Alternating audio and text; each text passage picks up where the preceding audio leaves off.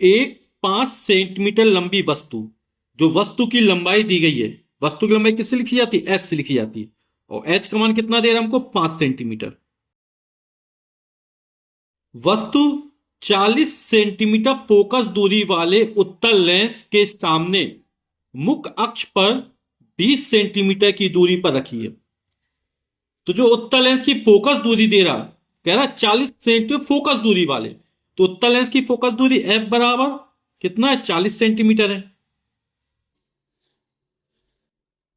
और वस्तु जो है वो मुख्य अक्ष पर 20 सेंटीमीटर की दूरी पर रखी है, यानी जो यू का मान है वो कितना है? 20 सेंटीमीटर दे रहा है। और यू का मान हमेशा कैसा होता है? ऋणात्मक होता है।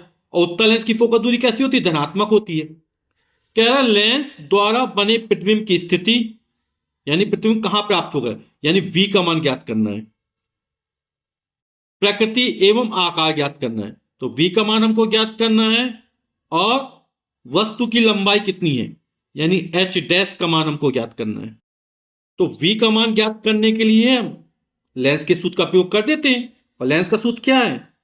लेंस का सूत्र होता है 1/v minus 1/u, that is equal to 1/f। मान रख देते 1/v, वी का मान हमें ज्ञात करना, माइनस 1/u, यू का मान कितना? माइनस का 20 सेंटीमीटर, बराबर 1/f। एफ का मान कितना? 40 सेंटीमीटर।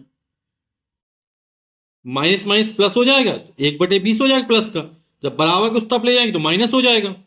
तो 1/v बराबर हो जाएगा 1/40, पहले से था बराबर किस तरफ, और ये बराबर के उस तरफ जाएगा तो कितना हो जाएगा? माइनस माइनस प्लस हुआ, उस तरफ जब माइनस हो जाएगा ये, तो हो जाएगा माइनस का 1/20। समझ गया ना? माइनस माइनस प्लस हो गया 1/20, बराबर के उस तरफ फिर माइनस हो जाए, चिन्ह परिवर्तित हो जाता है ना। तो लघुत्तम आएगा, एलसीएम आएगा 40। 40 का भाग 40 में देंगे, एक बार जाएगा, एक एक नाम एक, फिर माइनस लगाया, 20 दूनी 40, भाग दो बार गया, दो का अंश में गुणा किया, दो एक कम दो, 1/v बराबर। तो 1/v बराबर 1 - 2, तो -1 आ जाएगा बटे 40। ठीक, क्रॉस मल्टीप्लाई कर देंगे तो कितना हो जाएगा? v बराबर माइनस का 40 सेंटीमीटर। यानी कि जिस तरफ वस्तु स्थित है प्रतिबिंब भी उसी तरफ बनेगा। अब प्रतिबिंब की प्रकृति और आकार ज्ञात करना है। आप लोग जानते हैं m बराबर होता है v/u। v का मान कितना दे रहा है? अभी निकाला हमने माइनस का 40। u का मान कितना है? माइनस का 20। माइनस से माइनस कैंसिल हो जाएगा, 20 से कम भी, 20 दूनी 40। m का मान कितना निकला? 2। यानी प्रतिबिंब जो बनेगा वो वस्तु से 2 गुना बड़ा बनेगा, है ना। m का मान धनात्मक प्राप्त हुआ, यानी प्रतिबिंब कैसा बनेगा? आभासी बनेगा, सीधा बनेगा। अब प्रतिबिंब का आकार ज्ञात कर लेते हैं। m बराबर होगा h डैश, यानी प्रतिबिंब की लंबाई बटे वस्तु की लंबाई। लेंस की आवर्तन क्षमता स्मॉल m बराबर क्या होता है? प्रतिबिंब की लंबाई बटे वस्तु की लंबाई। m का मान हमने 2 निकाला, h डैश का मान हमको ज्ञात करना है, और h का मान कितना दे रहा?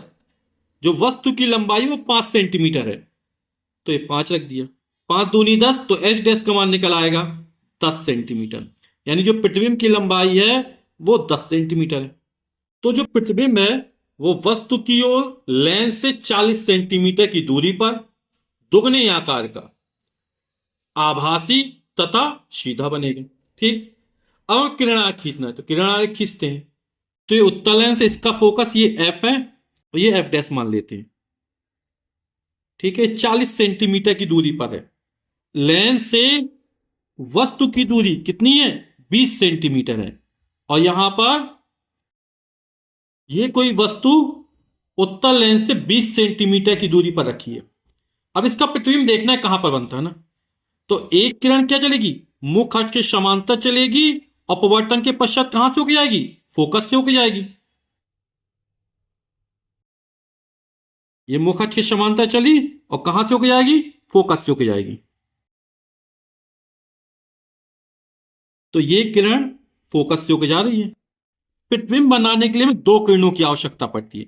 एक किरण इस लेंस के प्रकाशिक केंद्र से होकर जाएगी, और जो किरण प्रकाशिक केंद्र से होकर जाती है वो बिना विचलित हुए सीधी निकल जाती है।